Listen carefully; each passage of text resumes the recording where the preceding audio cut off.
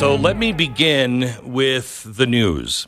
On July 13th, on Saturday, former President Donald Trump was targeted in an assassination attempt during a campaign rally in Pennsylvania. It occurred just after 6:10 p.m. while Trump was delivering a speech. Let me give you the timeline. 6:10, gunfire erupted as Trump was speaking at the rally. Trump reacted immediately, crouched behind the lectern as his Secret Service detail shielded him. 6:15 p.m., Secret Service identified and neutralized the shooter. His name is Thomas Matthew Crooks, who was firing from a rooftop approximately 150 meters from the stage. That makes that, with a rifle, a very easy shot. 6:20, Trump was escorted off the stage, transported to a medical facility for a minor injury where he was treated and later released. 6:30, law enforcement began securing the area and investigating the scene, finding additional explosive materials in Crook's car and at his home. President Biden then returned to Washington early, and political reactions to the incident started to emerge. Now, here are the key details. The shooter was Thomas Matthew Crooks. He's 20 years old, from Bethel Park in Pennsylvania. He used an AR rifle, managed to reach the rooftop of a nearby building unnoticed. That's not exactly true, according to those in the crowd, but at least unnoticed by Secret Service. Reports suggest Crook had a complex political background, being a registered Republican, but donating to a progressive PAC. We'll get into all of this in a minute. The immediate response was a clown show. The Secret Service's counter-assault team responded swiftly, according to the facts, killing Crooks and preventing further harm. Did they, though? The incident highlighted potential security lapses and prompted calls for a thorough investigation into how Crooks could secure access or to access a secured area unnoticed by Secret Service but noticed by the crowd. Questions also have arisen about the effectiveness of the Secret Service measures, whether adequate precautions were in place. There are allegations and denials regarding the denial of additional security requests by Trump's campaign. The political reactions are just sick. Now, those are the facts as we know them. Now, let me tie a few things together. If Trump would have been killed on Saturday, we'd be at civil war today. We would have seen for the first time the president's brains splattered on live television. And because of the details of this, I have a hard time thinking it wouldn't have been viewed as JFK 2.0. If you think that there were conspiracy theories on the grassy knoll, let's look at this one. How does someone sneak a rifle onto the grounds? How does someone even know that that building is there? How is it that he was acting so weird and pacing in front of the metal detectors? They tried to follow him, but oops, he got away. How could the kid possibly even think that the highest ground at the venue wouldn't even be watched? My first guess would be, hey, that's the one place I shouldn't crawl up to with a rifle, because they're most definitely going to be there. Why wasn't anyone there? Why wasn't anyone watching it? Nobody except the shooter decided that the highest ground with the best view and a handy ladder just happened to be there was a great place to camp. And nobody in the Secret Service, none of the drones, none of the things we pay millions of dollars for, none of that caught him. How did he get a ladder there? If the ladder was there, is it always there? Why was the ladder there?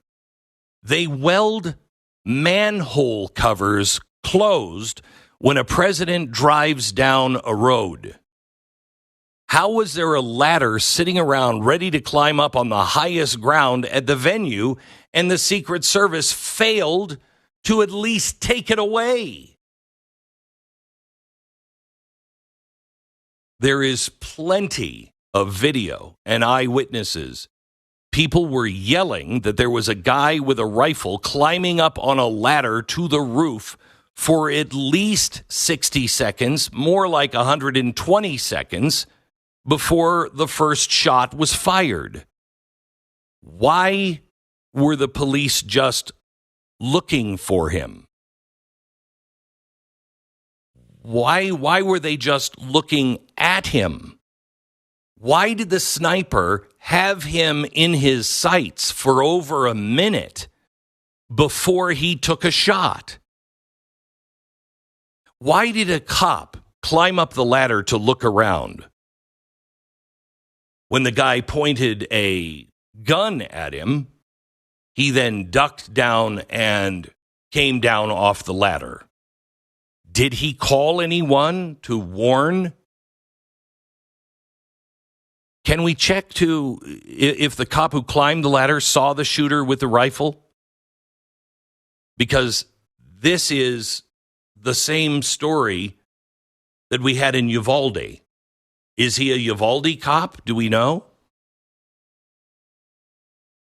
How is it the Secret Service has a bodyguard, literal bodyguard, who is a woman that doesn't even reach Trump's nipples? How is she going to guard the president's body with hers? How is it another female Secret Service agent pulled her gun out a good 4 minutes too late, then looks around not knowing what to do, and then couldn't get it back into the holster because she's a Melissa McCarthy body double? I don't think it's a good idea to have Melissa McCarthy guarding the president. Let me ask you this. Who trusts the FBI with the shooter's computer? Will his hard drive get filed with the Nashville manifesto? How is it that they almost didn't have snipers at all, but they got them the day before the rally because everything was going to be put on Jill Biden? I want Jill Biden safe. I want Jill Biden to have what the First Lady should have for security. But we are almost $40 trillion in debt. You can't hire a few guys to make sure our candidates are safe? How is it that we have a Secret Service director whose experience is literally guarding 2 liters of squirt and spicy Doritos? Did you know that's her background? Yeah, she's in charge of the United States Treasury Secret Service, and her last job was head of security for Pepsi. How is it they're allowing, randos just to carry guns around the RNC convention now? But no, really, this time, Republicans are going to get the sternest worded letter written. It's going to be different this time. The letter's they're going to underline stuff, and they'll put bold sentences in. This is a game. And that's what makes this sick. This is a joke. There are members in our country that actually thought it was okay to post themselves screaming about how this guy was so incompetent. How do you miss that shot? Do you realize how close we came to another JFK? If the president hadn't have turned his head at the exact moment it would have gone into the center of his head, and we'd be a different country today. Now, Joe Biden is also saying that we shouldn't make assumptions about the motive of the shooter. Well, I think we can assume one thing. He wanted to kill the Republican candidate for president. Can we agree on that at least? Can we assume that? How can the media even think of blaming Trump for the rhetoric when the Democrats and the media constantly call him literally worse than Hitler that must be stopped at all costs?